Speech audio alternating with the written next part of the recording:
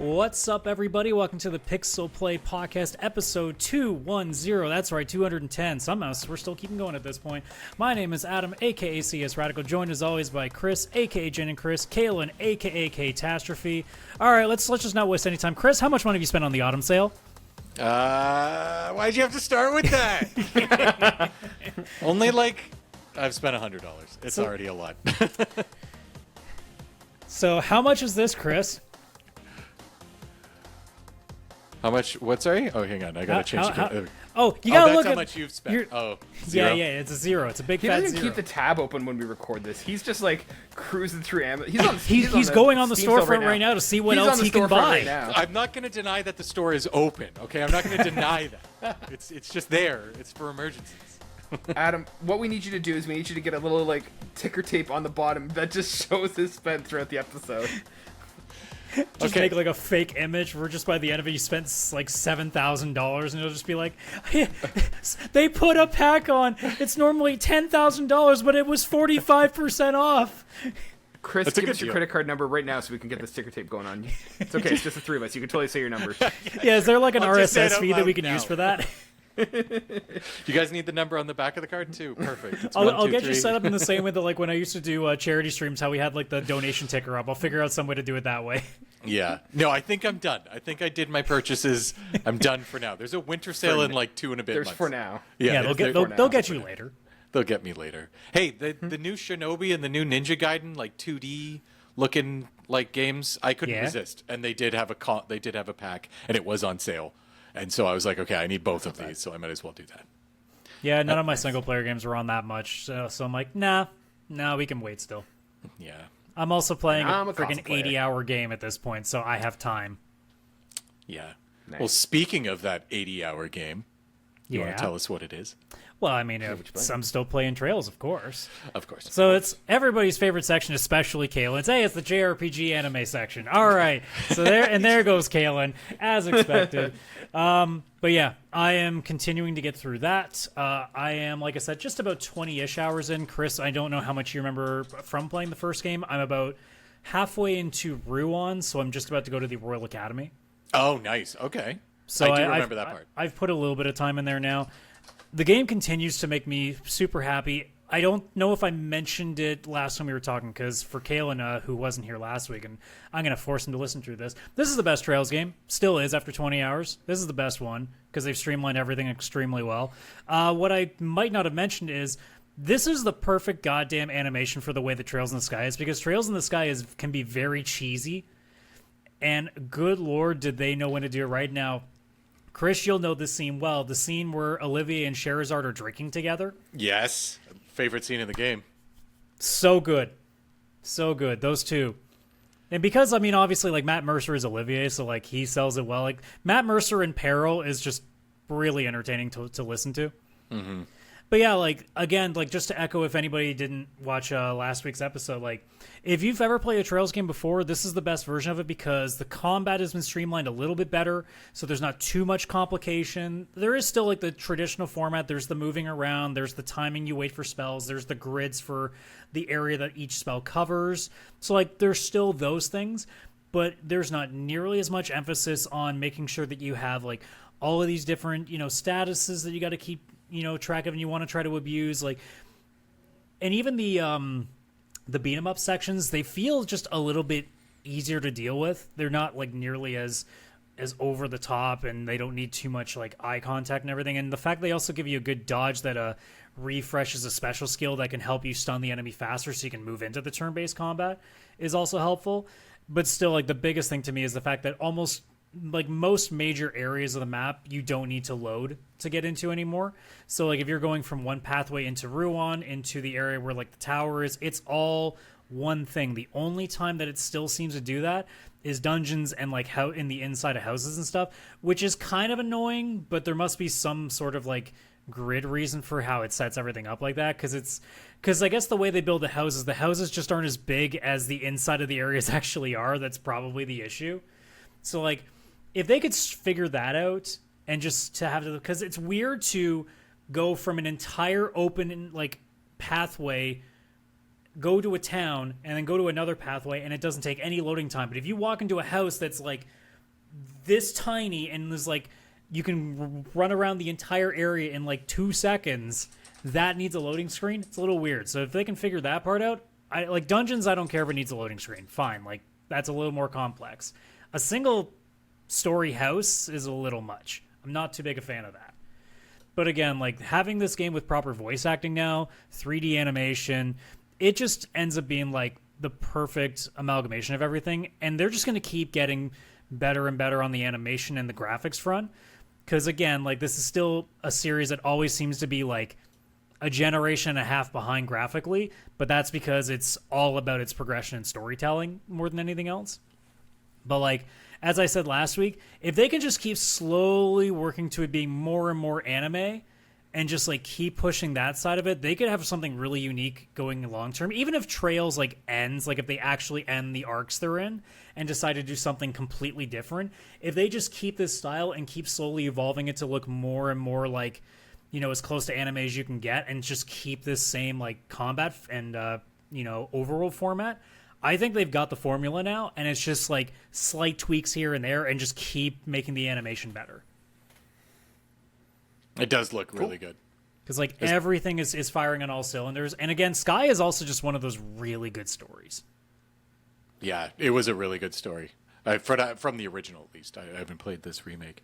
And Sherazard looks fantastic. My wife, who is still very much... who I would play as if I haven't gotten to see mine yet. We haven't seen oh my god, what's her name? It's not Valerie, but it's like the green haired like guard girl. Yes, she hasn't shown up yet. I'm still waiting on that. But I'm at Chloe now, so that means that you know she's not far behind. Yeah, you're close. You're almost there. Yeah, but I'm pretty sure I'm like a third the way through the game at this point. This game's longer than I remember, and then I realized, oh, right, open world now. The maps are way larger, so it's like going from one path to the other isn't as short as it used to be in the old PSP games. Yeah, in the old one, you could just like, boom, boom. Like, you get from one end to the other. If you avoided the enemies, it was fast. Might have been a little different at the time. Oh, this looks fantastic. I will play one day. Yeah. It's in the list. Aside from playing Steam Summer or Steam Fall Sale, what are you playing, Chris? Well, first of all, thank you for recognizing that it is a game in itself. I'm surprised. You don't win, but Valve should just commit to the bit and like make their own like simulator of Steam Sales Simulator and just put it on for free and just like take the piss out of it. They should actually do that, and I would be the first to download it. And then you would get all of the achievements in that too. Oh, I would, of course. If you don't get all And the achievements, here's the did you funny even part, play it? it wouldn't even let you play it. It would just say you've already done it and just gives you all the achievements and then the game's over. It's like you you've spent X amount of money. You've already won. You've already done it. it's now an EA game. Yeah. Yeah. You spent all the money, you win. The game boots up and just goes, wait, you have how many games in your library? What the hell are you playing this for? It's a lot. I do have a lot of games in my library. I'll just have a quick look to let everyone know. I have 1,015, according to Steam. I mean, you're over 1,000 now, so yeah, I think that's them. the prerequisite. I have You played a automatically lot. get all the achievements now. Because my backlog's only like 300 something, which, don't get me wrong, is an insane number. But that means like the other like 600 are beat and done. Now, this is since like 2012 or 2013 or whatever. So like that's a 12-year journey. And some of these games are like, 5 hours, I beat it, I'm done. So, but also, yeah, I buy a lot of games. I spend too much money. Yeah, so first of all, especially to you, Kaylan, I'd like to wish a happy Final Fantasy Tactics Day. Thank you. Thank you for recognizing. I have been playing Final Fantasy Tactics. It came out today. I don't have much to say. I'm still in the first area because I refuse to move on to the next, or I guess the first real town that you can go to, because you can just initiate battles automatically now in this new remaster. So I'm just grinding out levels already. I'm already like level 7 and I haven't even got to the first town, which is very high. That's how it should be. As it should be, yes. If you walk into an area and you're under leveled, you've made a mistake. That's not how you play JRPGs. That is on you. That's not on the game. But yeah, I've been playing it on Steam Deck. I loved it. Obviously, I've already played like 3 and a bit hours today. I had half a day off because of the holiday-ish kind of thing here in Canada today. But yeah, so I got to play a bunch, and I love that. But I will actually talk about a game I did play and I did beat, and that is Gears of War Reforged, I think it's called, the remake of the first one. For me, this game was actually kind of a double whammy because I've never played the original Gears of War. I've only ever played Gears of War 5 because I had the original Xbox, but I never had a 360. I never had an Xbox One. I dived into the Series X during the pandemic because Game Pass and a pandemic kind of was, seemed like a good mix. So I played Gears 5, but never got to play the other ones, and I never really wanted to because it's like, if all these new games, do I really want to load up a Xbox 360 game? Like, I could do it, but do I want to? And then once I saw that they were remaking the first one, I'm like, oh, perfect. They'll probably eventually do the other one, so I'll play the first one, and then I'll play 2, 3, and 4 whenever it's eventually remade.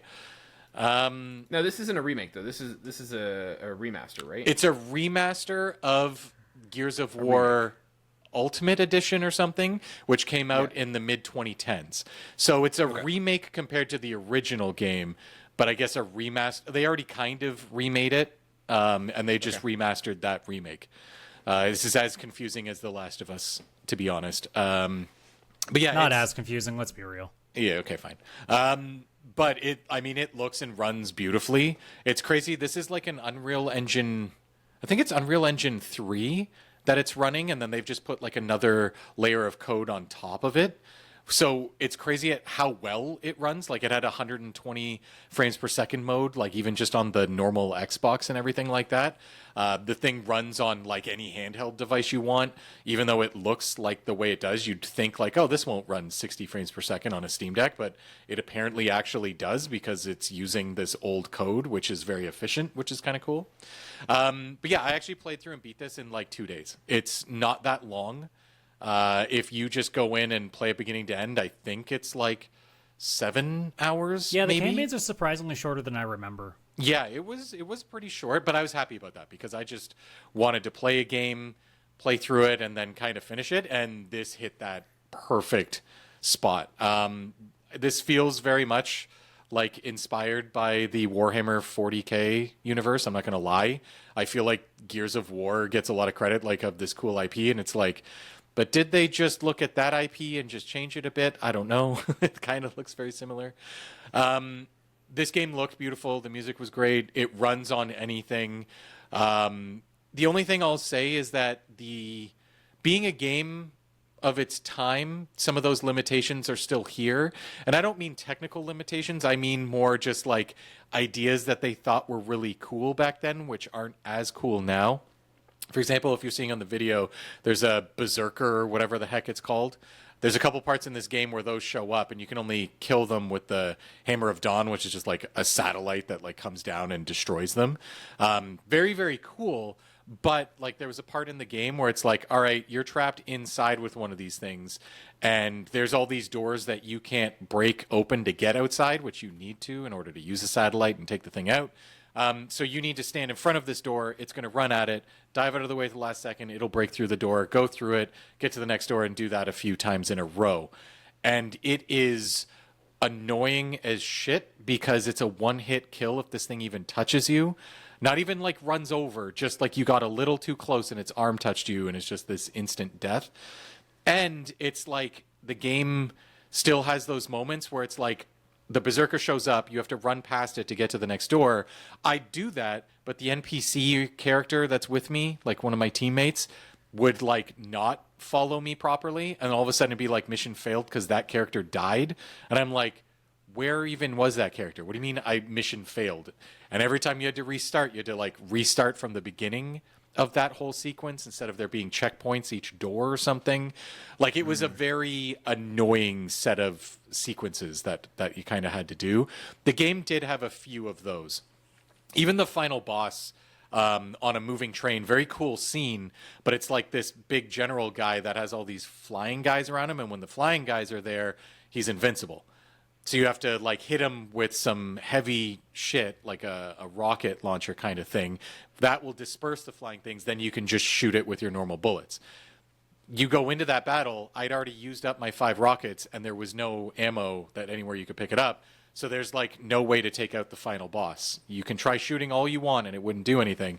So then I was like, what the hell do I do? I'm like, all right, I'm going to just run past him, see what happens. I get to the other side of the train. There's just like this mounted turret. I grabbed it and fired at the main boss, and it just took him out instantly and gave me the win.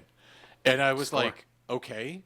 Was that there on purpose? Is that not there on purpose? Was I actually just supposed to use that turret this whole time? And the final boss is a run past him, use a turret, take him out, and it takes 2 seconds. Like, it's a lot of like, I'm not sure if these were meant to be there or the game's just, a game from the mid 2000s and it's kind of like that's what we had at the time and that's what there's still in this game. So it's kind of it is fun. It's a lot of fun to play. It's a very much the power fantasy like I would have like with Space Marine or something like that. I think the story's very cool. I think the sound's really cool. I think the enemies are really cool. The music's really cool. It's just that there are some moments in the game that are a little frustrating that didn't exist in Gears of War 5 at all, because obviously it's been modernized and they've obviously, it's not the first game from the mid 2000s. I do highly suggest, though, if anybody has Game Pass or anything like that, like give this a go if you just want to go through a cool story. Plus, they brought the multiplayer back, and apparently that's actually doing quite well. A lot of people are hopping in there and just playing horde mode and stuff with their buddies, where it's just like waves of enemies and see how long you can last. It's looks like a lot of fun. I did that a lot with Gears 5. I didn't do that with this because none of my friends are personally in this specific game playing, but I've seen a lot of hype online for people that have been hopping in there and doing that. And the game's like $50 Canadian full in, like brand new. So I can imagine this eventually going on discounts where it'll be like $12 at 75% off and stuff. Microsoft's actually pretty good with their discounts for the most part. So highly suggest like at some point people hop in and play this. I think it's a lot of fun. It's not going to blow your mind. You'll beat the campaign in like 2 days if you play straight, but it is a lot of fun. Yeah, I was just watching the video that was there, and I don't know if that video, the person's just not good at it, or if that boss fight just goes on way too long. It's just dragged way too much. Yeah, so I played the game. It looks like the hammer and dawn controls are still a little bit finicky because I do remember it being kind of a pain in the ass. Yeah, because it's like, oh, well, you have to be outside and you have to aim the target laser at the enemy for a bit. Sometimes you'll be aiming it at them and it'll be like slowly getting ready to fire. And then the enemy will move slightly to the left, and it's like, and you got to like try again. Yeah, again, it's another one of those things of like it's a limitation of what the design was back then. Yeah, or it'll be like, oh, like the boss fight you were just seeing. It's an open area above you, but not all of the ceiling is open, and it's a satellite. So it's like you have to have the boss in specific spots, but the only way to get a boss to move is to stand, let it charge at you, jump out of the way, and then do it. But sometimes by the time you turn around and try and use the Hammer of Dawn, the boss is already moving again. And again, you got to keep that laser for like 4 straight seconds. I'm surprised that's a quality of life adjustment they didn't make. Yeah, because I remember using it in Gears 5, and I do not remember it taking that long. I remember it being kind of just like aim, and then after like a second, boom, the thing came down. And like even there's some like story parts in there where there's like a big creature in the ground, and it's like you got to take it out using the Hammer of Dawn, and you'd use it, the Hammer of Dawn would hit, and then all of a sudden it would stop because it's like a timed thing, and you had to do it twice. But it was like more of a cinematic moment than an actual like run around boss fight moment. So it's like you're standing aiming at this immovable object in the ground, you hit it with the satellite, the time runs out where it's been 5 seconds of it being hit. You have to then wait like 6 or 7 seconds for the Hammer of Dawn to reset, aim again, 5 more seconds, it gets hit a second time, it dies, story continues. And it's like, that should have been just like a one and done. If this is a cinematic event, why would it have a certain amount of health I have to take out where it's going to take me doing this twice? It's like delaying a cutscene by 15 seconds for no reason, So there's a lot of like those little things, but yeah, it's a game from 2006, and they really didn't change the gameplay. It's more just the graphics, I think, that they updated. Yeah, this one's on my radar to check out at a later date. I'm going to probably load up on Game Pass. Yeah, if you've got Game Pass, definitely go in, give it a go. Don't take it too seriously. It's fun. The story's cool. It's not going to blow you away, but like at least it's a good time for a few days that you play the campaign. Cool. Yeah. What about you, Kaylan? What have you been playing? Well, right now I'm saving myself for Ghost of Yotei, so I finished Metal Gear Solid 2. I'm kind of just playing Donkey Kong to kind of fill the time until I get to Ghost of Yotei. I wasn't really liking, not that I wasn't liking, but I was finding Donkey Kong very simplistic. It's not capturing me, and it was interesting because I was listening to your episode last week, guys. And Chris, you made a point of like pointing this out, that this game, I was going in kind of expecting like a Mario Odyssey kind of game, and it doesn't quite feel like that. And you're like, no, it's not a Mario Odyssey game. It's a Banjo-Kazooie game. And that just flipped the switch, and it's exactly what it is. Yes. Because I'm finding that with like, I'm only at like sub-level 500 or something like that, and I don't know how deep it goes. I feel like I'm early on in this game. You are. I hope. Ish. Because like the levels haven't been super interesting. The bad guys haven't been super interesting either.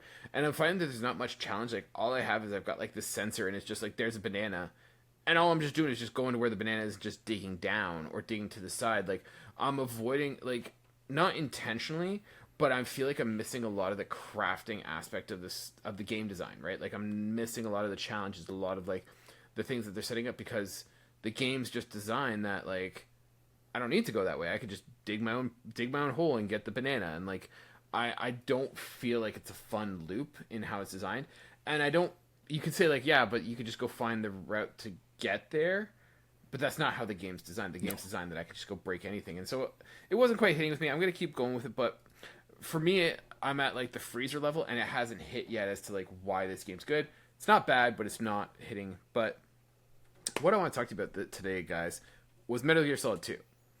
Finished it. I had thoughts, but I want to start before I talk about my opinions. Have both of you guys played this? Yes. I played like the first hour of it like way back when I was younger, but I never gotten deep into it. I think I've beaten it like 3 times. Cool. Chris, I've got a question for you. What are your thoughts on Metal Gear Solid 2? Let's just keep it within Metal Gear Solid 1 versus 2. Like, how does this game measure up? What are your thoughts? What's been the general consensus amongst the Metal Gear community? So for me, I don't remember what the community. I think the community was pretty split, to be honest, because of Raiden. Is that his Not name? at all why Raiden? I chose to use this footage on the video version right now at all. I think that, like, mechanically, like, gameplay-wise, I think this game is a huge step up from the first game. You were able to go into, like, first-person view and shoot somebody with, like, a tranquilizer who's, like, not just directly standing in front of you, that kind of stuff. Like, there was some gameplay advancements, obviously going from PlayStation 1 to a PlayStation 2. This, though, is the game where I thought story-wise, the first one, I could follow it no problem. Like, it made sense. It's still ridiculous, but it was like you could follow it. And then this one, it seems like you're following it, and then all of a sudden it's just like, nah, fuck you. You're not going to get anything. This is more of a Kingdom Hearts game where everything's confusing. So it's Kojima's magnum opus. Got it. Yeah, and I think that it was like a big change from the first game. Like, I feel like the first game was kind of like this, and all of a sudden this game seemed like it was like that, and all of a sudden, and it's just like all over the place. Where it's like, who are the what now? What's a patriot? What's going on? Like, I don't know. I can't even follow. At one point, it's like the Lula. I'm like, what the hell is that? Or whatever. Oh yeah, it's like the what? I completely like, forgot about that until what right are you now. talking about? Okay, so I just wanted to kind of preface, just so I know like how to frame it, because I'm coming to this as a recent Metal Gear. I don't want to call it fan yet, but someone who's recently exploring the IP. And I, for the most part, liked Metal Gear Solid 1. I think that game is in desperate need of a remake. Not even a remaster. It needs a remake. And I don't think it holds up well in today's modern standards, but lots of good stuff there that I think would still do well today. Metal Gear Solid 2, I was looking online, and the impression I got is that, like, initially it was not well received, but there's now lots of people who talk about this being, like, one of the best games in the series and stuff, and I don't see it. So I'm going to start with gameplay. First off, gameplay's good, gameplay's fine. There's a lot of improvements over the first one, but I don't find it super compelling. Like, I found, like, I like the tanker aspect, but I found, like, the shell, I think it's called. It's not an interesting area. Like, it's a lot of similar looking rooms and hallways, and I didn't really like that sort of way that it works. So, like, I didn't find that the environment was super interesting there. But gameplay-wise, I liked it. I thought it was really cool. Felt a lot more stealthy and stuff, and so I really liked the gameplay aspect of this. But like you said, I think the weakest part is everything around that gameplay. I'm going to start with the obvious one. I hate Raiden.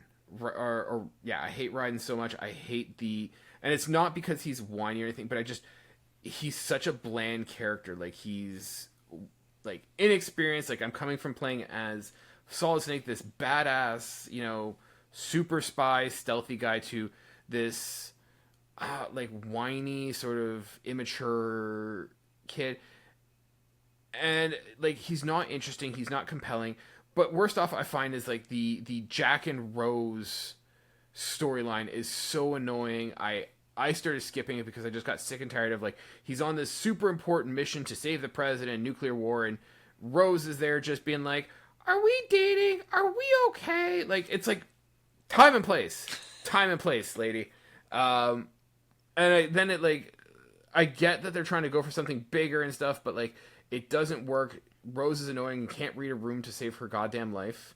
I found a lot of like the twists were not super like surprising in the sense like, oh man, it was Snake all along who was like on with you on like the shell. It's like, okay, like yeah, I like it's pretty obvious that like, and the fact that Raiden doesn't get it, it's like, okay, is it just he doesn't get it? In which case, how is he a special forces person that he can't read this room?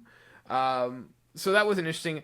The other thing I felt is I didn't like the villains. Like I felt the villains here were a step down and less believable than they were in Metal Gear Solid 1. So like, sure, it was kind of goofy that like in Metal Gear Solid 1 you had like a guy who like had a bunch of crows and like, you know, you had Sniper Wolf and stuff. But like, sure, whatever, it's a little bit believable. Now you have some guy who's a vampire who could take bullets in the head, and at no point is that explained. Like I felt like with Metal Gear Solid 1, it was pretty clear like, hey, these are genetically modified super soldiers, blah blah blah, but still have human elements.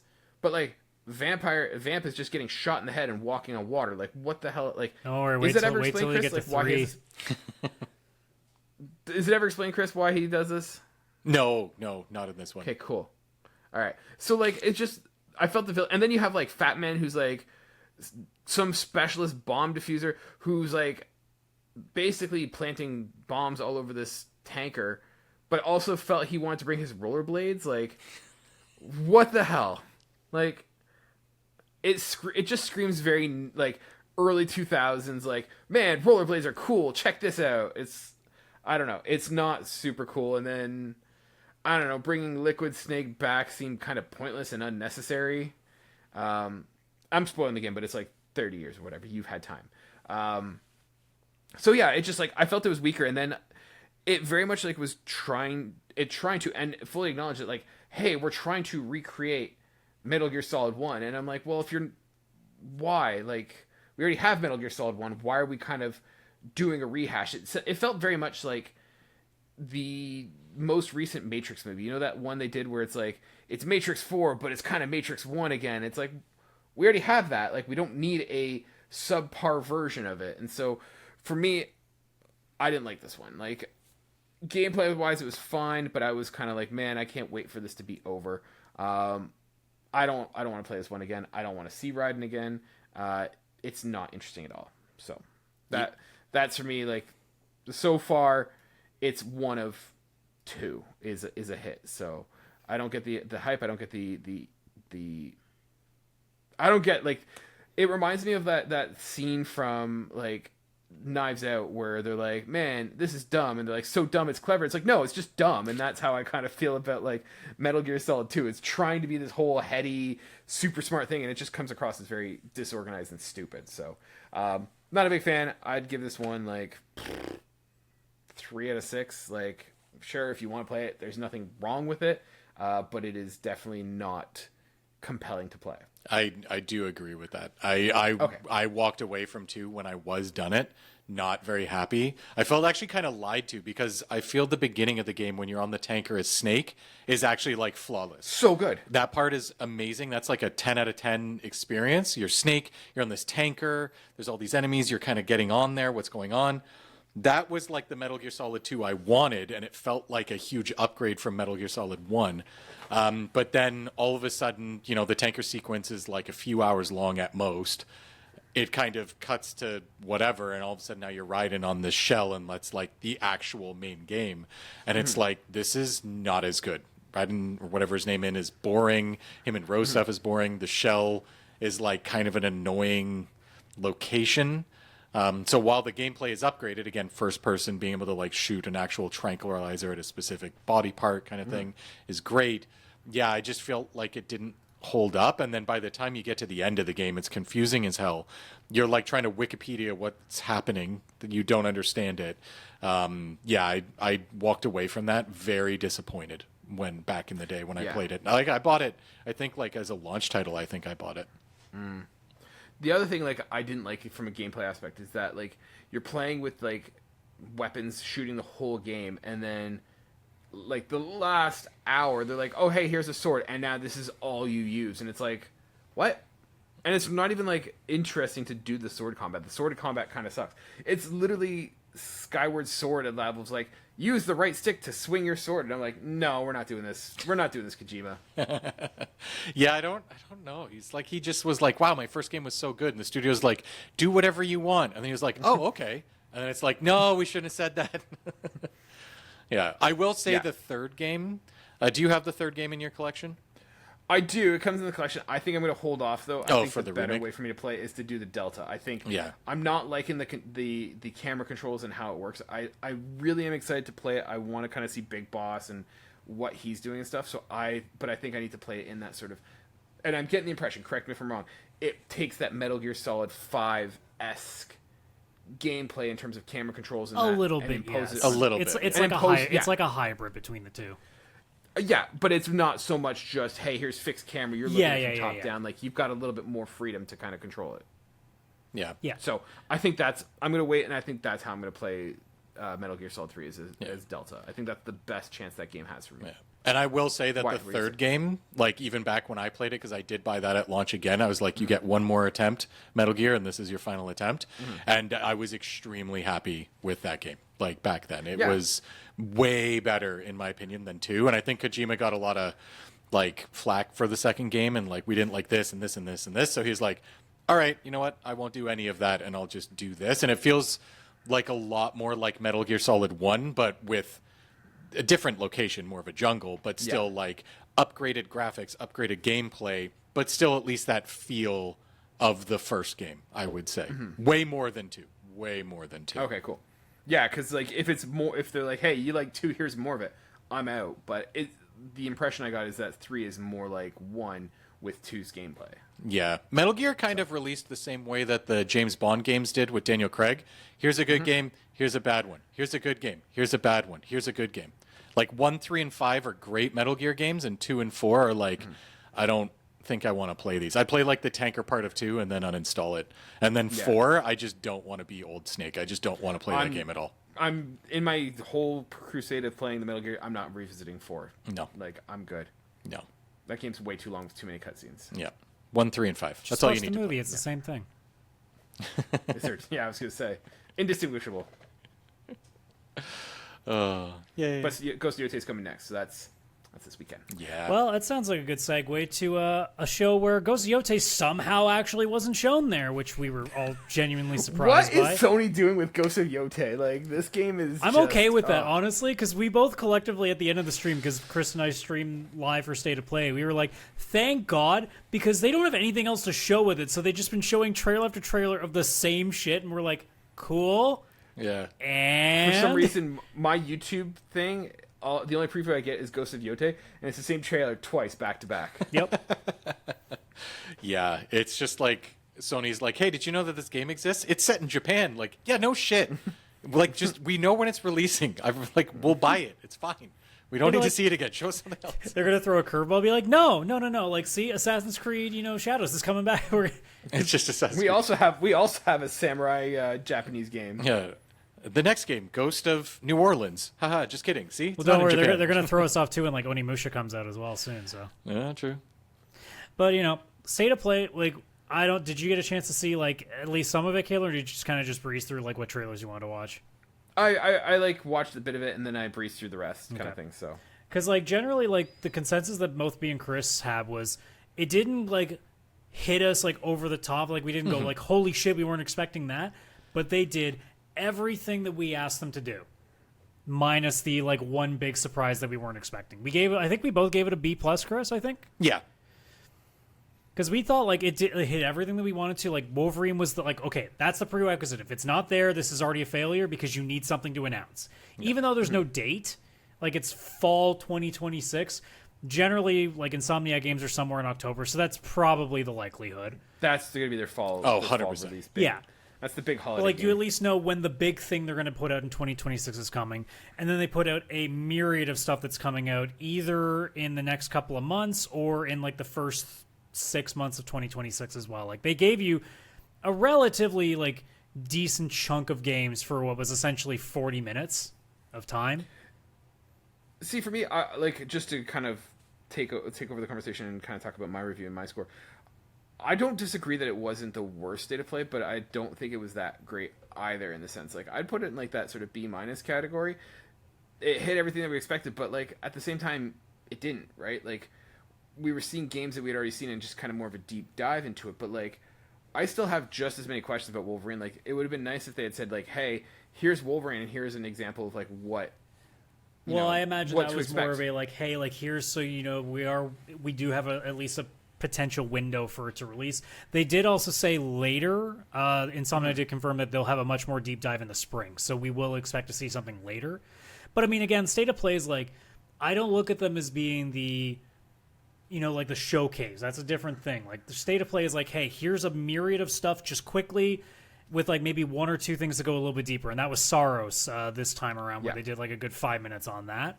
But like, I think it covered all the bases it needed to, minus the, like we said, like that one thing that made us go, oh shit, I didn't expect that at all. Like whether it was going to be like, you know, a little like something on the God of War 2.5D thing that's been rumored about, or you know, another.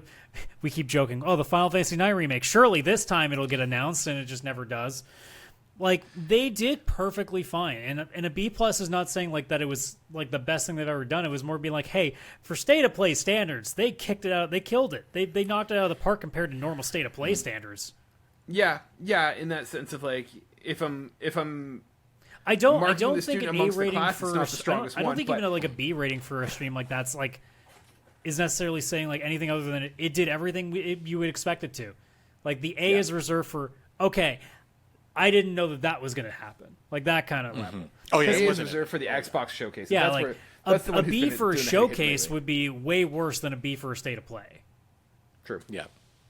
Yeah, absolutely. And Kaylan, I think your B- is forgetting that Mega Man is coming to Sonic Racing. I think that's why you probably Why missed does that part. Sonic need a car?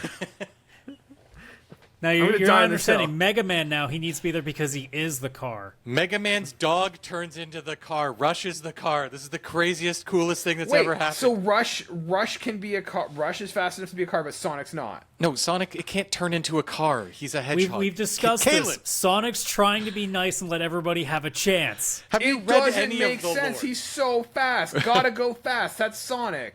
I think it also makes no sense that there's a bunch of Nickelodeon characters in the Sonic racing game. Like Or there's Ninja Steve Turtles, from Minecraft. Steve from Minecraft, SpongeBob. Like there's a lot of people just thrown into this, and I'm like, just fine with it though. So for that's some why reason. they took multiverses off. Yeah, they're like, fuck it. Sega's Sonic's like, hey, like, anybody gotta want get back to do it. this? Sonic's like, gotta get in with the Gen Z. Quick, get a SpongeBob. I mean, is that even? I feel like that's just millennials at this point because SpongeBob has as many seasons as The Simpsons. I think like it's just true. been around for 26 years. That I might think be a little hyperbolic, but No, it's not The Simpsons. But I think SpongeBob started in like 1999. Yeah, I think it like started in it's, 90, yeah. It's something like 26 years ago. You know. I'm gonna check this now. But it's okay, Chris, because the price is really high for CrossWorlds. The Mega Man DLC is not till early 2026, so you got time to wait until it's probably like close to half off. God, I want this game so bad. Why the fuck are games 93 Canadian dollars? Like I'm looking. Well, they can price whatever the hell they want. It just means we're not buying it yet. Yeah, As of September, there are 16 seasons of SpongeBob SquarePants. that's it. I thought it came out in like 1999. Maybe it skipped some years. Could be a lot of breaks too. Yeah.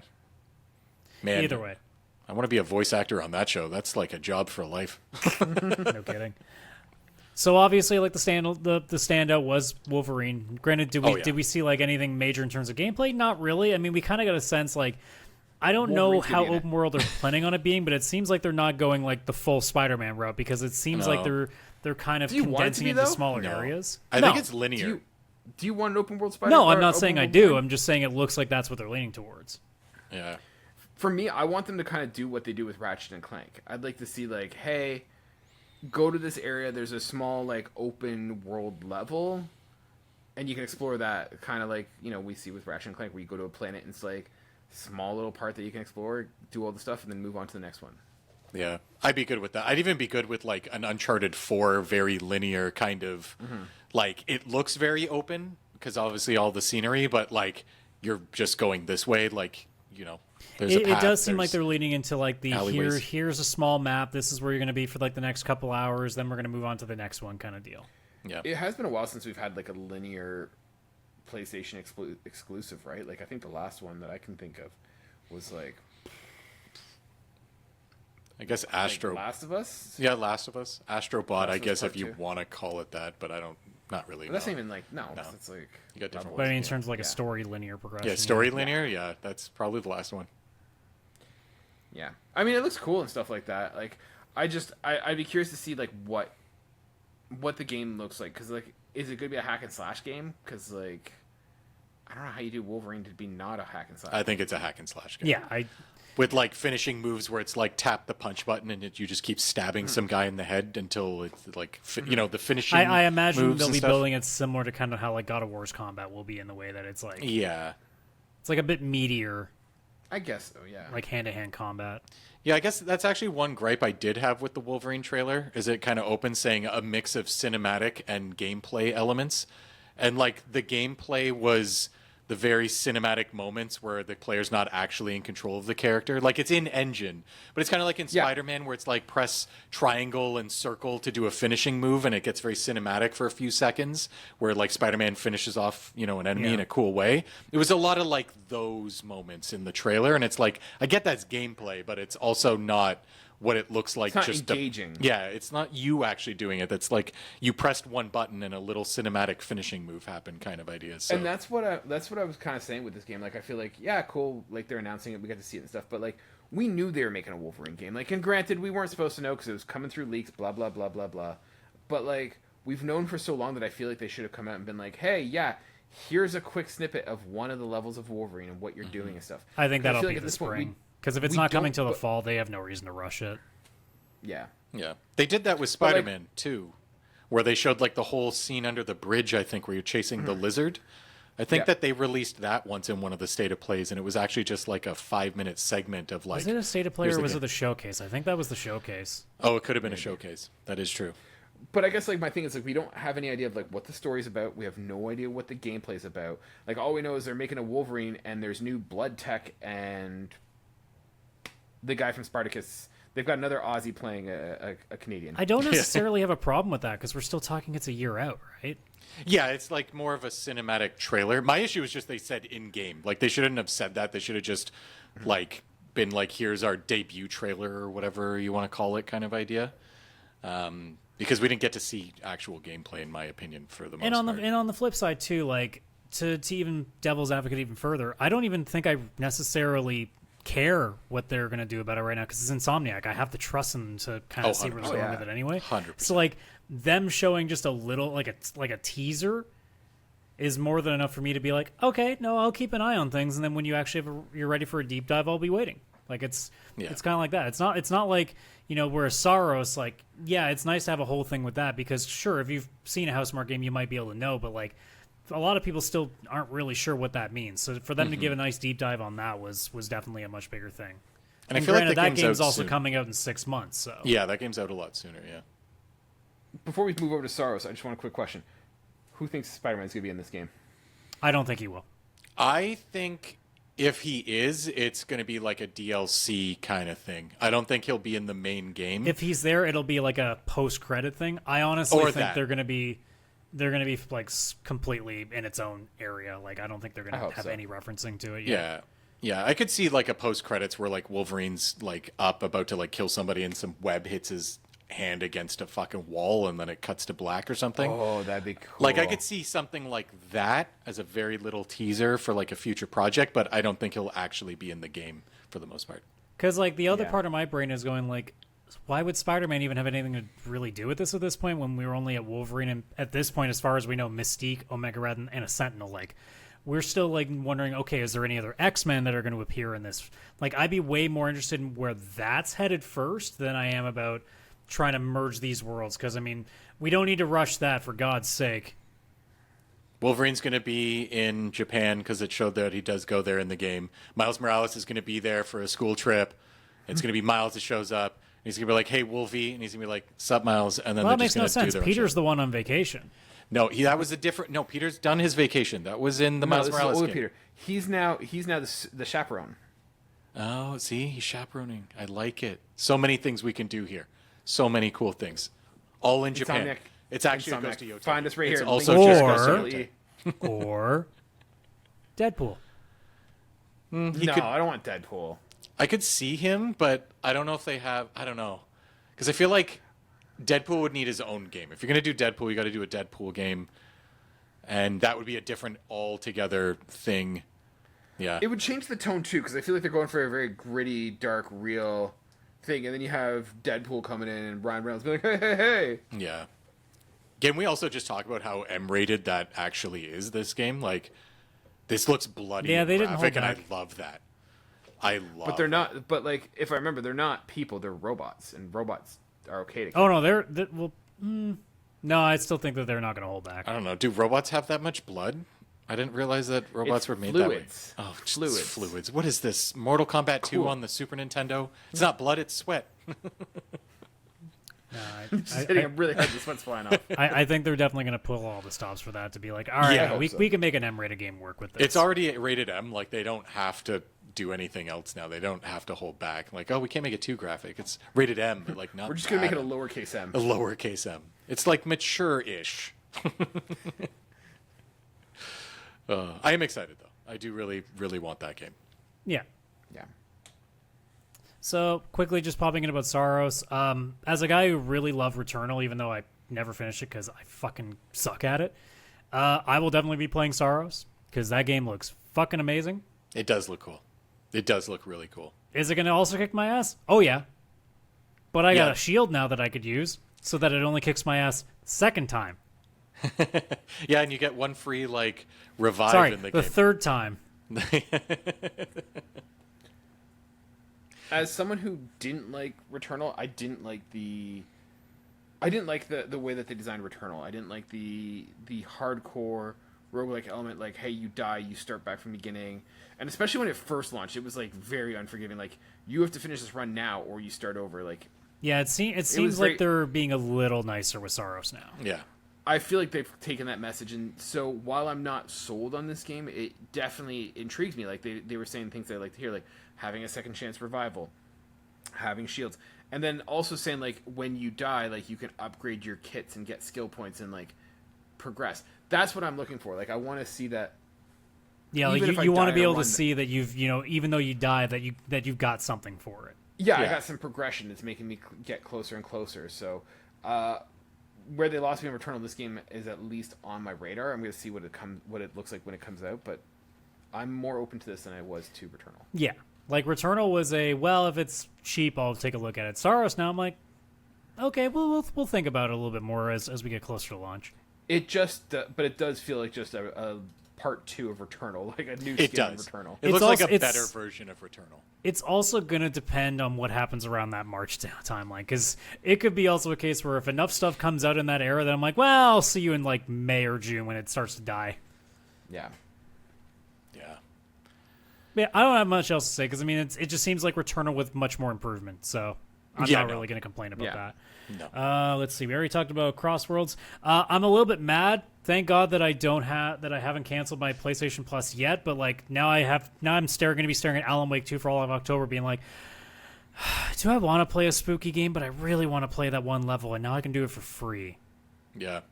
Man, Do it. Just play it. I'm not gonna to. have to. I mean, I'm gonna download it I'm gonna make sure it's in my library regardless. I also haven't played Cocoon yet, and I've heard really good things about that. I think Chris, you played it, didn't you? I played through and beat Cocoon. It was on Game Pass. Fantastic game. Hard as shit, like puzzle-wise. Like, it's a puzzle game, obviously, but very cool. It's okay. I played Blueprints. I don't mind puzzle games now. This is apparently. a lot more confusing than Blueprints. You That's go saying into something. an entire world within a marble, but then you can take a marble into another marble, so you're taking a world within a world. Yeah, it's like that kind of shit.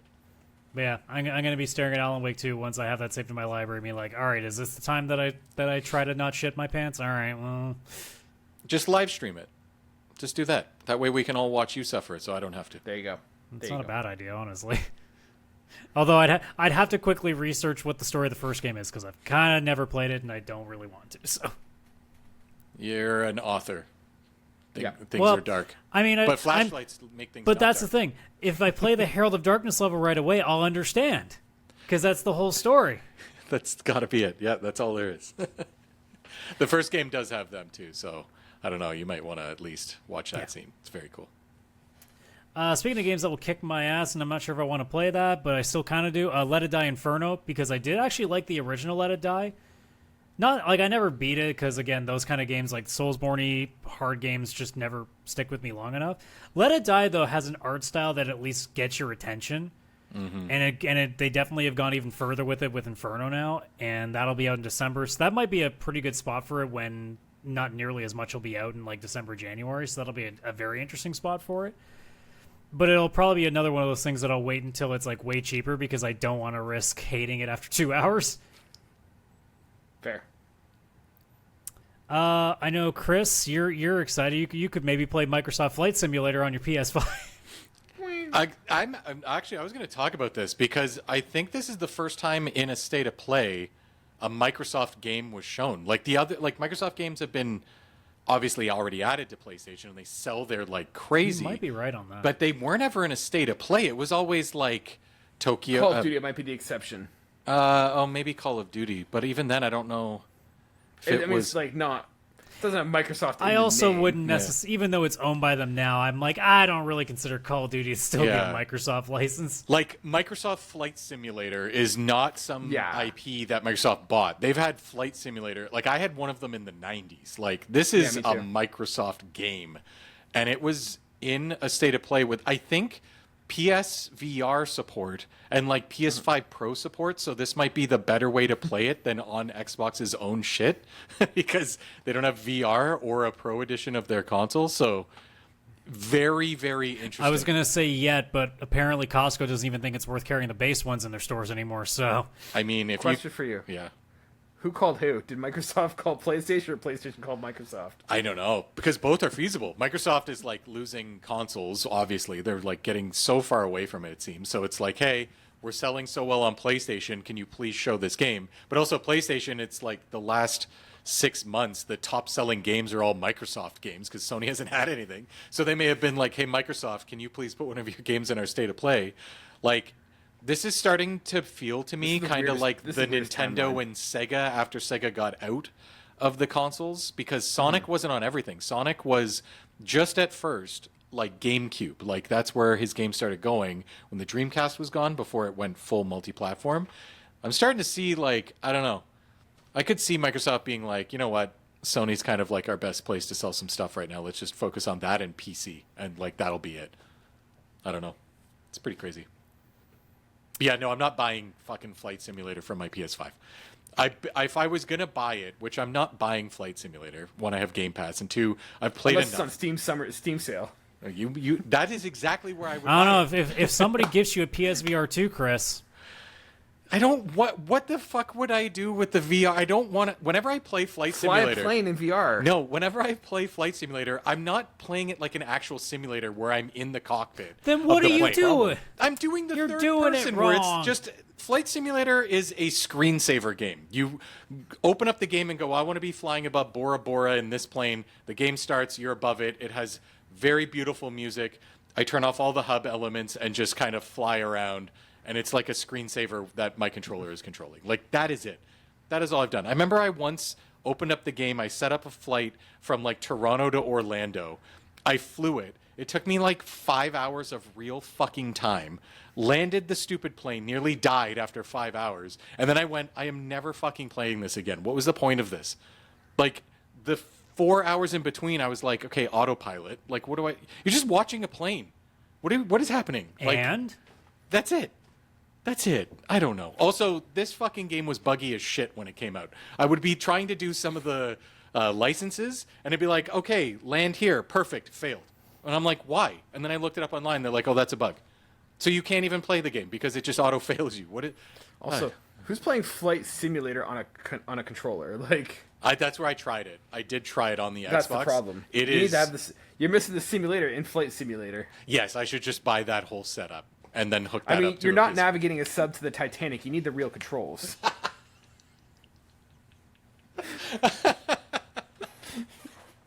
Was not expecting that, but that was funny.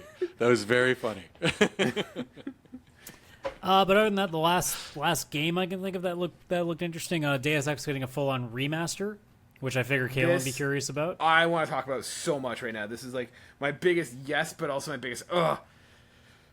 I love the Deus Ex franchise. Deus Ex, the original, is my one blind spot. I came into it in Invisible War, and I liked that one, and then I've played all the ones since. I tried going back to the original Deus Ex, and it, once again, hard to play. Yeah. It's pretty much just a black screen with like some pixel, like basically Minecraft characters in it. So, like, I was like, this is not how I want to play the game. So I am very excited. The remaster actually looks good, but I would argue that this is one of those games that doesn't need a remaster. This needs a remake. Yeah. That was This my is thought too. right up there with not with Splinter Cell, with Metal Gear Solid 1. Like, cool, I see what you're doing, but I think you need to go one step further. It needs to have a remake. So yeah, like it doesn't look bad, but it's very obvious that like even the graphical updates that they made now doesn't feel like it matches the game that it's now playing. No, it's still, even with the remaster, looks like a 2008 PC game kind of to me in a weird way. It does. My concern though is that, like, with it being a remaster, are you also going to update and change quality of life aspects of like controls and game mechanics, right? It's okay, just play it on PC, because if they don't, the modders will. Yeah. So that's like my thing. It's like cool. I'll see it when I believe it, because these are the same guys who are supposedly making KOTOR. So we'll see. Oh, so it's never coming out then. Got it. We'll see. Maybe this is KOTOR. I don't know. Yeah. All right, so I've got the games out, unless anybody has something else they want to add to that. I do. Mega Man is coming to Sonic Racing. That's the most important thing from this. That is all. Thank you. Okay, well, now we get on to the meme stuff. There was a half a second where we're like, ooh, what's God of War stuff coming? And then it's a controller with a red streak on it. That was very funny. The worst God of War controller. Is there a Oh, there was another God of War controller, wasn't there? Yeah, with the stupid wolves on it. Yeah, that was bad. I still love my line from the stream where Chris is like, they didn't do anything to it. They just put a red streak on. I'm like, no, the arrows on the D-pad are red too. Yeah, I just zoom in after. When we were done that recording, I was actually like, are they? I just zoom in. I'm like, oh yeah, I guess they are. Still not buying this. But the most important thing was, in terms of non-games, was the wireless speakers. Now, we still don't have a price on them yet, which is the disappointing part. But, like, I know both me and Chris kind of were at the same agreement where we're like, they look really nice, and I'm curious, but that price better be affordable, because if that thing's, like, more than $200, we're going to laugh at it. Yeah. My question is who's this for? PC players. Yeah. I think it's 100% for PC. Unless you don't want to invest in a sound bar for your TV. It's kind of like the other version of that. Yeah. I mean, but like soundbars now are pretty inexpensive. But they don't have a PlayStation logo on them. Yeah, that's true. There you go. That's true. I guess like I'm trying to think of who this is for, because like people who are playing on console, like on TVs, either have their TV set up or they have their, you can get a soundbar for $200. I mean, I argue that I don't know what Beats headphones or who would be headphones are supposed to be for, but apparently a lot of people buy them. So 17-year-olds, that's who they're for. Yeah, Beats. That's what I mean. It's like, there's going to be there will definitely be a market for these speakers. It just depends on how expensive that will determine how much of the market's going to be open to it. But then I look at like PC players, and PC players have like a whole plethora of like manufacturers and options that like they're not going to be like, hey, let's get the PlayStation one.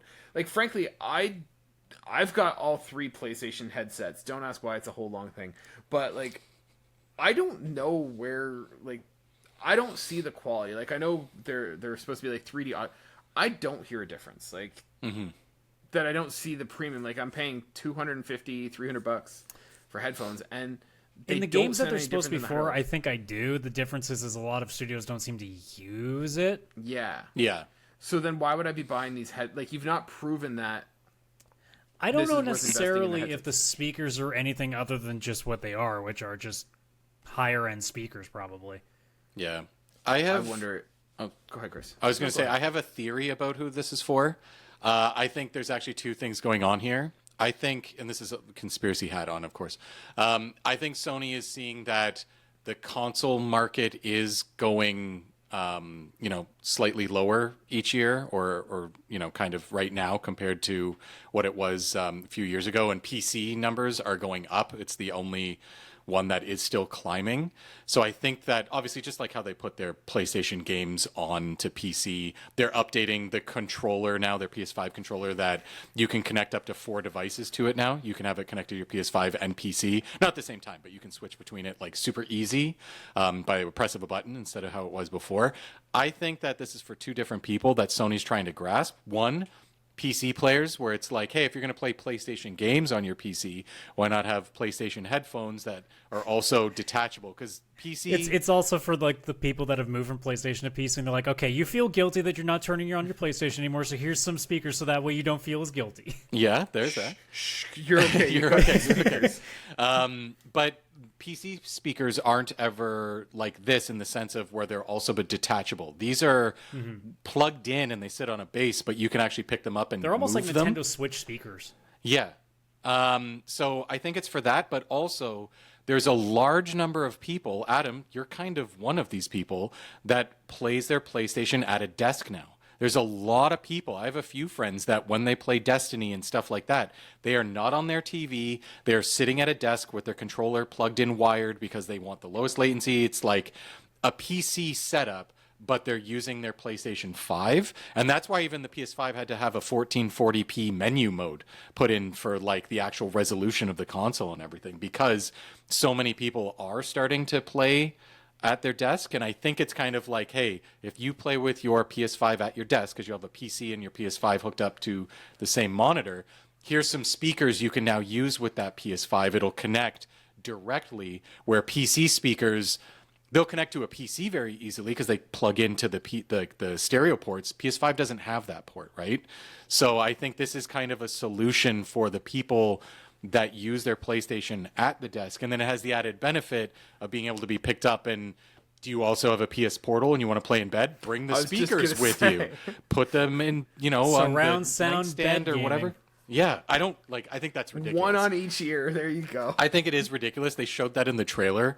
Like, I don't think many people are going to use that. The whole point of the handheld is like, you're not at a desk or a TV. In fact, you might be just sitting next to your wife while they're watching TV. The last thing she wants is for you to bring 2 speakers and put them next to you. Well, what if you don't like the show she's watching and you want her to go away? Yeah. I just imagine some guy on a subway is pulling out the Portal. I mean, given the amount of people that are stupid enough to play music on their speakers or their phone walking around in public, that's not that out of the realm of possibility at this point. Yeah. Oh, you think I was joking?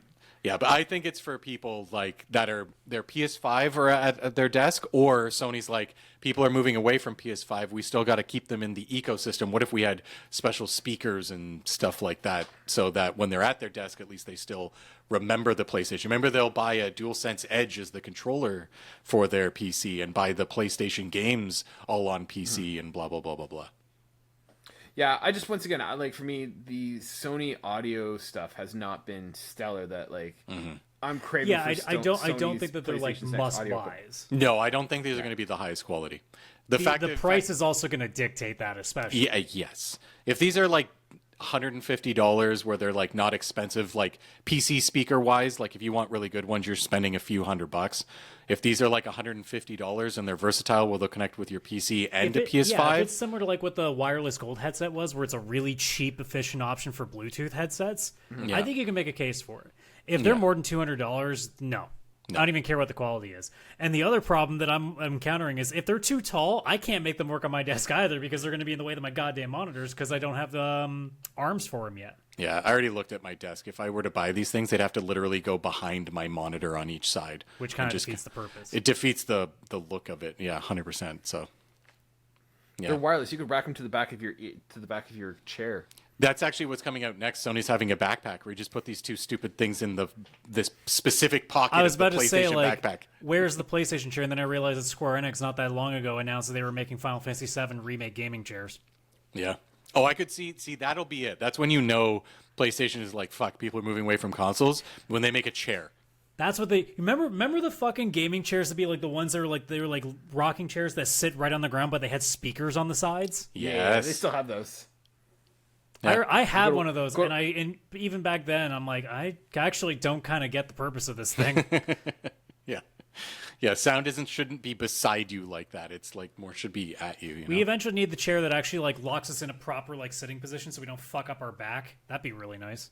That's kind of this chair, but you can also just like make it lay down almost perfectly. Well, that's I mean, like you can ignore it as well, but I didn't even mean one that actually literally like holds you to be like, no, you're not fucking moving unless you hit the button to get out of the chair. Yeah, to get out of the chair. Wow, that's some Wall-E shit. It also right has like there. built-in headphones, so it just like pops up onto your head. Yeah. No, Sony's going to make a chair, and it's going to have 2 little cup holders, but it's for these 2 speakers, and they sit right fuck in there. It'll be $200. Oh, the chair will be That's how $600. much. That's only how much you think it is. Shit, that's a Yeah. good sale for me. Yeah. Or a really shitty chair. Well, speaking of good sale, or probably not at this point. I'm setting you up for all these transitions. I know, right? EA is going private, Yeah. and have also now have $20 billion in debt they have to deal with. Yeah. So I'll just make the joke right now. Don't have to worry about that Mass Effect game because it's not coming. Oh, yeah, that's not... No, I don't think we're seeing anything at this but point, microtransactions in, like, FIFA and Madden. I'm convincing myself that BioWare is going to be gone before this year's over. I'm kind BioWare? of convincing I'm already like Yeah. telling myself that it's going to happen, so I don't feel that upset. Yeah, I don't think it makes enough I money. imagine that like the sale, they're like, and we're gonna get EA Sports, and we're gonna get Battlefield. Oh no, not you, BioWare. We're okay, thank you. Like, no, not you. I don't know whose name it was. Let me just pull up the article quickly. But there was a former BioWare writer that says that they do not think that they'll be. I can't even find the name right Well, I now. mean, the last big success that BioWare had was Mass Effect 3, and even that was. I would say riddled Dragon with Age controversy. Inquisition to be, if I'm being perfectly honest. But like, I guess. Yeah, I could see that one. it won Game of the Year for a lot of places. So. Yeah. It was a weak year. It was so weird. Kaylan has opinions on that game. I've heard. What you people mean, like who the talk same year about- Last of Us won? No, that was a good year. That was a good year. That was a good year. That's a good vintage. But yeah, like even the thought of like people saying, "Well, we don't." There's probably not much of a future for BioWare under this new deal. I'm like, wait, there was a future for BioWare.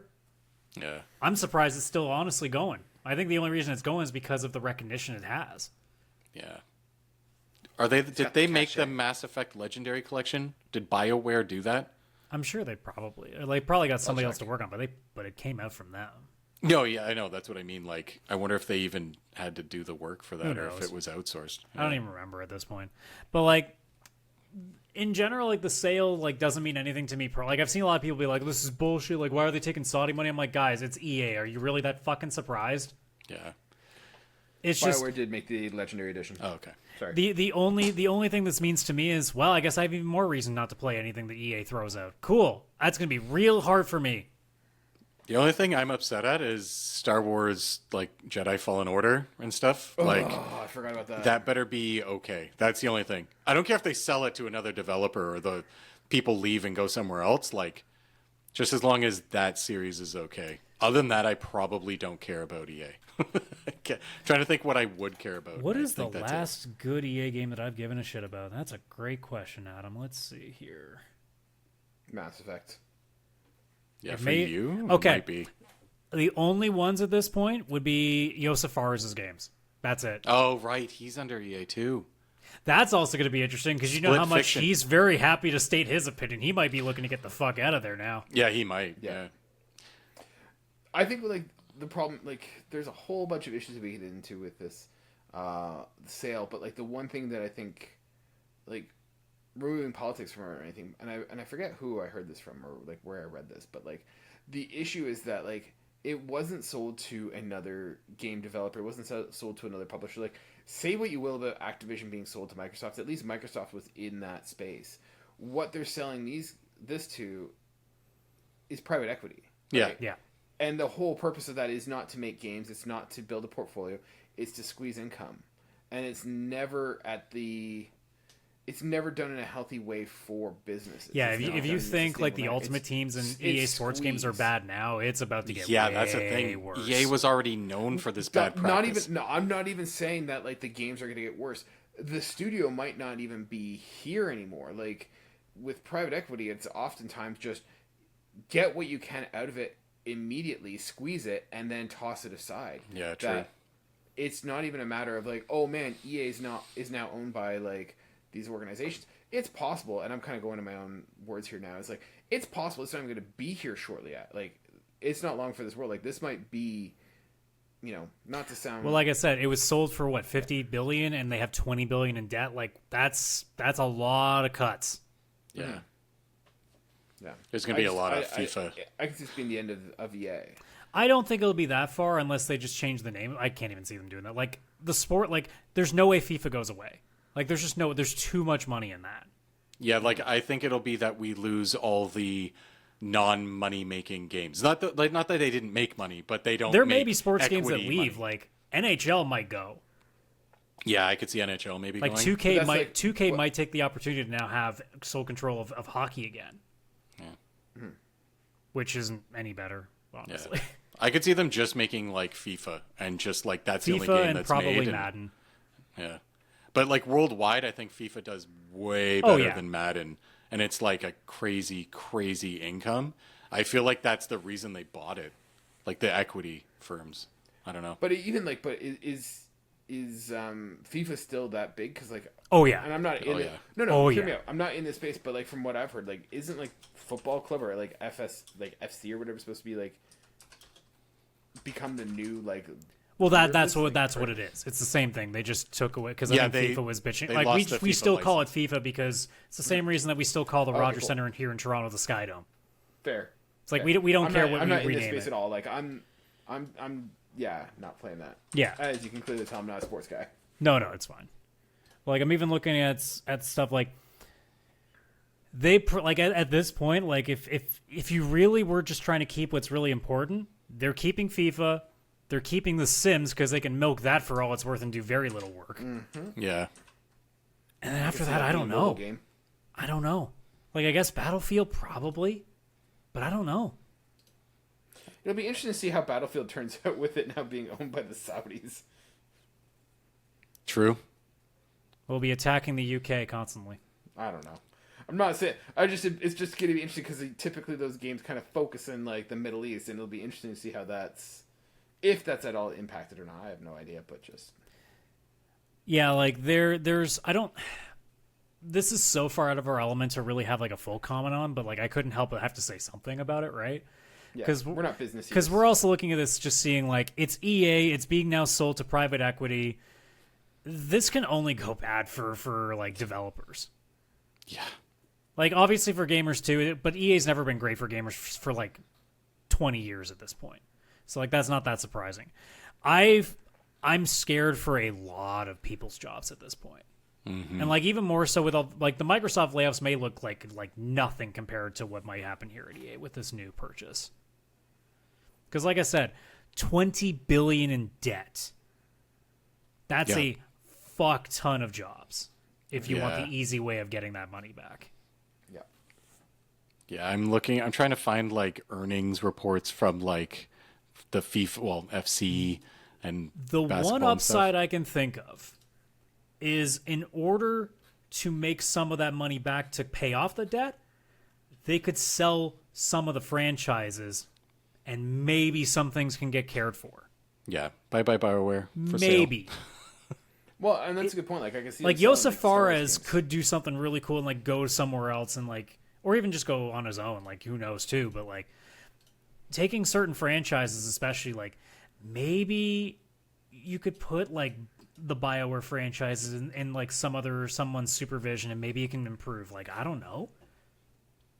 Probably not, because I think at this point like it's just because the most people that were initially at BioWare are gone anyway, so that core is out. But like who knows? Like maybe a fresh pair of eyes on some different franchises that we haven't seen for a while might help if they do sell them off. But we don't have any clue what's going to happen with this. Yeah. I'll just say from like a financial perspective, like from the financial industry perspective of this, what's wild to me is this is like the largest company and value ever that's gone from public back to private. This is like I think like the biggest one in history. I think it might be. It's massive. Like it's extremely rare for a company once they've gone public to go back to being privately owned, let alone in such a crazy size. Well, given the amount of money that all those shareholders are about to get, you can understand exactly why they're doing that. Because again, they think about 2 days from now rather than fucking 20 years. Oh yeah, those shareholders are all getting. I think I saw something like $200-something a share, something crazy with that buyout. So like, I kind of wish I had EA stock, but also why in my life would I ever have EA stock? Like of all, like I would have CD Projekt Red, I'd have Nintendo. Like there are certain ones where it's like, this is a good stock to have. EA was not that one for me, ever. These developers have integrity, Yeah. they're reliable, and that is why they're bad places to invest. Yeah. I actually also just had a really, really bad realization. The Sims might actually be in some real danger. Why do you say that? It's a very inclusive, positive game. That's true. Yeah, it's a tough one. Like the question is like, are they? And this brings up like, are they looking to just make money? Like, because there's nothing saying that they can't just release it as it is and then just censor it if they need to for their areas. Because I imagine they probably already are already if they're even available. I don't know. Yeah. Yeah. I just the way the entire world is going right now, I don't trust shit no more. So. Yeah. I also just looked it up, and this is the largest public company to go private ever in history. There you go. That's crazy. Till we get bought out. Till we get bought out. PixelPlay Podcast, 60 billion, please. To the moon. Shit, I'll take 0.1% of that. We also have to go public first and then get the buyout. So I don't know. I'm sure we can get 3 people to give us $3. We'll be like what was that shoe company in the Wolf of Wall Street? What was that called? Dang it. Steve something shoes. Yeah, yeah. We'll be that. We'll be a penny stock. Yeah. Can we get Leo DiCaprio? Yeah, What we do, guys, is we get 3 people to give us $1 for stocks in this, and we get them to sell that stock to someone else for $3. Yes. That's 300% growth. Yes. Right. Yeah, it could look like a pyramid, right? And then they'll sell it to their 3 friends, and then It's not a pyramid; it's a triangle. it's a triangle scheme. It's just a scheme of triangles. It's fine. No. It's not a scheme; it's just a triangle. No, what you do is then on top of like the pyramid expanding it there, you then also steal from people that have nothing to do with it, so it becomes a diamond. See, if we want to throw people off when we do our little presentation, it's not a triangle; it's a triforce, right? It's Guys, gaming related. I'm just saying, when we do this, we probably shouldn't use words like scheme or stealing. What? I've not done a lot of business. No, I've watched no. Shark Tank a couple times. You don't put scheme or stealing. Yeah, but if we look at EA, look at what they pulled off, and scheme and But they steal. didn't say scheming or stealing. You can do it, just don't say it. I don't know. say I the feel quiet like they part just loud. said I'm it. sorry, I'm not trained in asshole executive language, okay? Now, let's We'll go work check on that. EA's Twitter. There's got to be something in there that's not good, right? There's got to be one. All right, I'll balance it out. All of EA Sports' friggin' microtransactions are massive schemes. There we go. I balanced Yeah. and put it towards that. Oh yeah, There. that they're going to be, and they're going That's to how get it works. worse. They're going to be pushed even harder. It's going to be so much worse. Why can't every game be good like Mega Man being in Sonic Racing? That is upfront. You know what you're getting. It's a set price. Fantastic idea. It's not a good price, but it's a set price nonetheless. It's an average price for games now. It's a sad Not time. to be yet. alive. It's I gonna don't- be. The $93? I don't know. Like for a racing game, that's a lot. But I mean, you look at Final Fantasy Rebirth, all of those. They were all 93. They're aggressive. Yeah.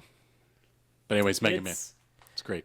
Yeah. Well, you know what? We'll go out on a Mega Man note there because I think it's the best way. Kaylan shaking his head for like the 4th time in this episode over that. What do you is got about wrong the with? best What's thing. wrong with Mega Man? Why man? does he need a car? He doesn't? His dog turns into the car. Mega Man. Talk about Sonic. Well, you don't have to play as Sonic. You can play as Mega Man now. That's the whole point. And also, why is Tails in a car? Can't he just fly? Not that fast. Come on. He He could, tired. yeah, but he could just fly around Tails is a into the gate helicopter. over and over again. That's true. He could cheat.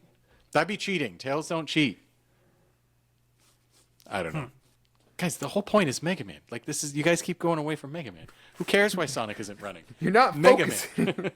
He's a robot boy. He's just wearing a different hat. Take my money. I cannot wait for Chris to start playing this game and make it his game of the year, and that'll really start to get under Kaylan's skin. Hey, it has like 9s out of 10s. Like It's reviewing very really well. It might actually win best racing. Honestly, the amount of people who've said that it's better than Mario Kart World, which I do agree because it has Mega Man. Like, come on. Well, only one way to find out, and I'm not going to find out for $93 at this point. So no, I guess that'll have to wait. Good thing is Sega puts their games very quickly on sale. It doesn't take very like long. if by the time we get to the winter sale, I imagine that thing will be like at least a third off, if not more. Oh yeah, it'll probably be like 40% off. And then I'm gonna buy it with Mega Man. Done. Well, not really, because it won't be out till like later in 2026. Don't tell. All right, let's wrap it up. Let's bring it home. Do we have sidetracked. to? I wanted to do 5 more minutes on this. We're getting sidetracked. Sidetracked? You mean like how there's probably going to be sidetracking to take special shortcuts with Mega Man and a Sonic? All right, that's enough of that. All right, so thank you so much for checking out this episode, everybody. So you know the drill. If you're on YouTube, like the video, subscribe to the channel. We appreciate you doing that. If you're listening on any audio platforms, Stitcher, Apple Podcasts, Google Podcasts, all that jazz, if you can give us a rating, please do so there. Otherwise, share with all your friends. And don't forget our link tree, linktr.ee/PixelPlay Podcast. Link to our socials, link to our TikTok where all our shorts are posted along with YouTube, link to our Discord. Always happy to talk to y'all there, so come hit us up over there, and we will see you then. Otherwise, Friday, Chris and I are continuing our new Final Fantasy series. We're talking about our favorite game in the entire series, 6. And, well, spoiler, I'll just say it now. Kefka's best villain. Like, there's no argument there. The rest of it you can come and check out. Like, why'd you ruin it? Let's be real. But anyways, that's going to do it, guys. So we will see you on the next one. So take care wherever you may be. Bye-bye for now.